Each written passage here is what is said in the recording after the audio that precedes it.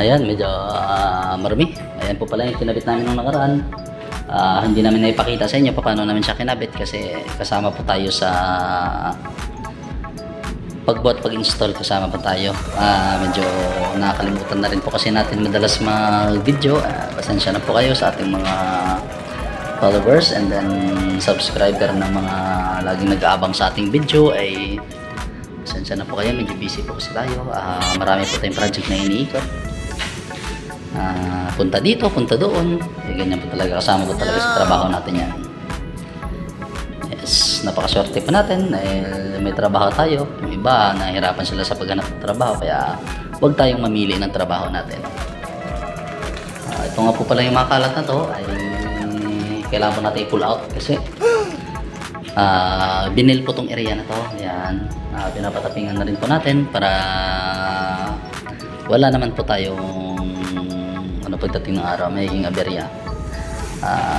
Itong buong flooring po na to kung nakikita nyo po yan, yung tiles na, hindi na natin tinanggal yung tiles na yan kasi papatungan po natin yan na vinyl.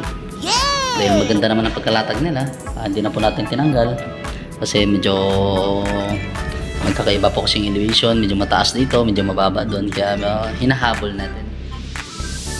Imbis na tanggalin natin sa katapingan natin, hindi na natin tinanggal. Ito naman po mga drywall natin, ito po naman po mga kwarto natin ay nakapitan na rin po natin ng mga hamba. Kaso nga lang yung mga hamba po ay yung mga luma pa rin po. Siyempre yung may-ari ay nagtitipid din siguro, kaya reuse po natin lahat mga pwedeng gamitin. Yes, ayan, hindi pa nila tapos mag-tapping.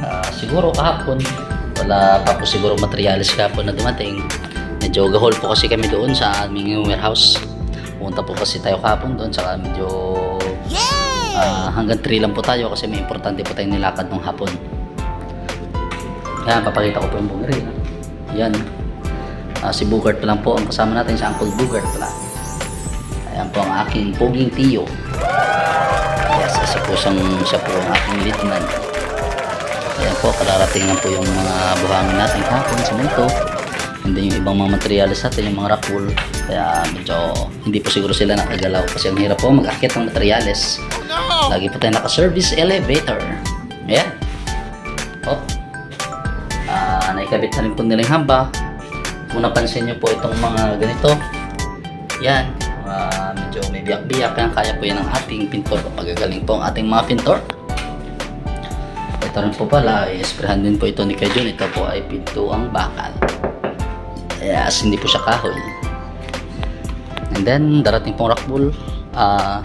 Magkakabit po lang ng rock wool. Kakabitan na po natin ito ng rock wool. Tapos support. Kailangan po natin malagay ng mga stiffener pang ano. May mga stiffener naman na siya. Kailangan natin ng suporta para hindi po siya gumalaw kasi doon ay kung sakaling emergency exit po yun. Yes. And then, ito yung pinaka main entrance dito sa area na to. Ayan, yan po yung door jump.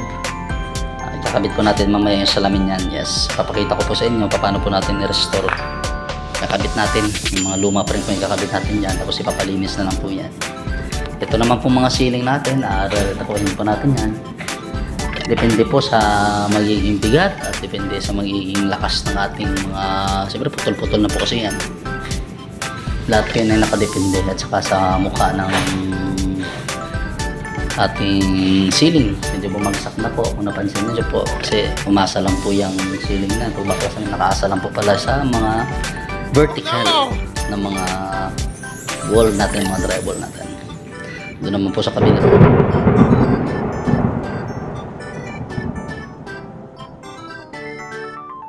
Bila, ikotin po natin.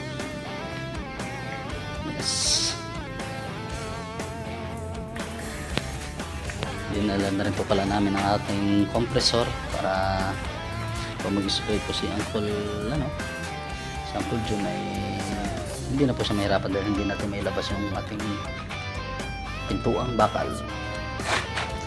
Kaya po pala steel door yan, tapos yung hamba niya ay steel na rin.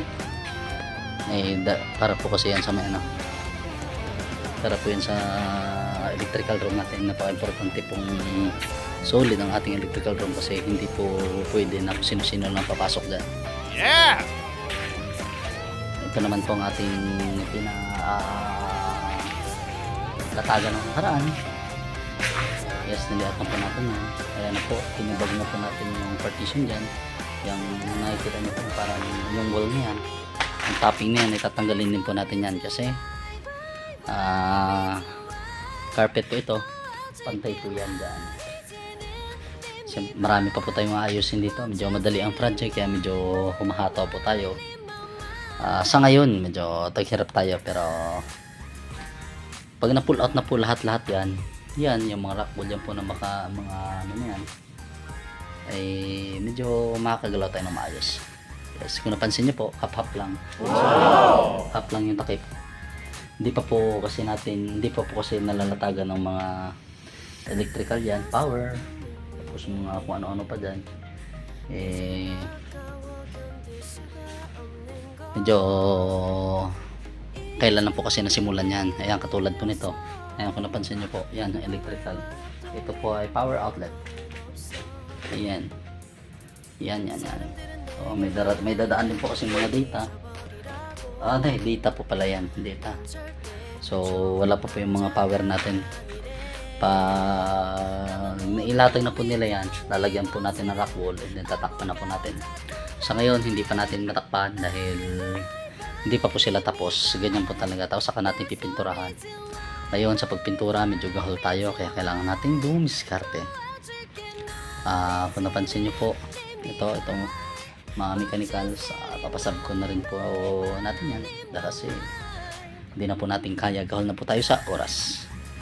Kung itong project lang ito na pupukusan natin, kaya po natin to. Kaso nga lang sa ngayon hindi pwedeng one man lang o one team lang, kailangan assorted na, kailangan natin ng responde. Kaya pag hindi kaya, kailangan pagtulong-tulungan, hindi kaya ng isa.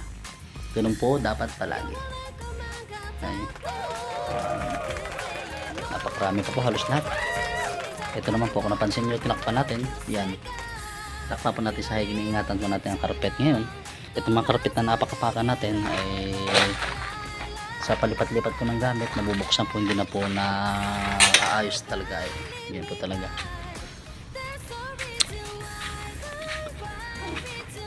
Medyo matagal-tagal pang ating mga partners.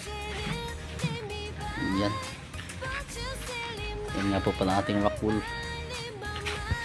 Katulad po sa ating project po natin sa may Makati.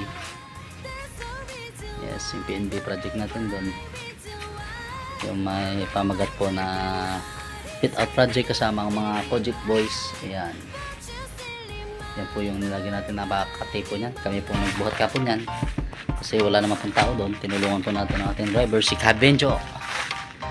Medyo napakakinati kami, kaya isa rin po sa dahilan kaya umuwi rin po ako na medyo maaga-aga kasi hindi po tayo sanay sa kati niyan. Marami yung kati niyan, para kang ginapangan ng higad sa buong katawan. Ayan, yun, ipapalinis na rin po natin yung area na yun. Ayan, ipapalinis na rin po natin yan. Medyo busy po kasi ang ating mga helpers, ang ating mga kasama.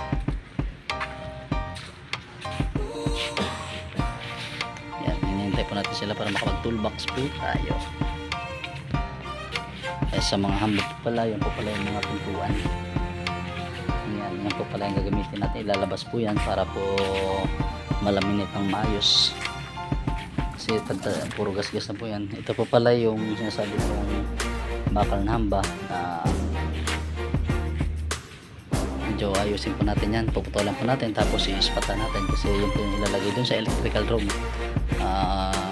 Dalawang pinto po kasi gagawin na lang isang pinto kasi malaki yung kain ng pag dalawang pinto medyo malaki yung space na kakainin, kaya isang pinto na lang para magamit rin po yung ibang portion.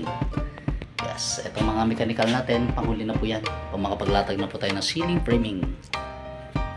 Yes, thank you.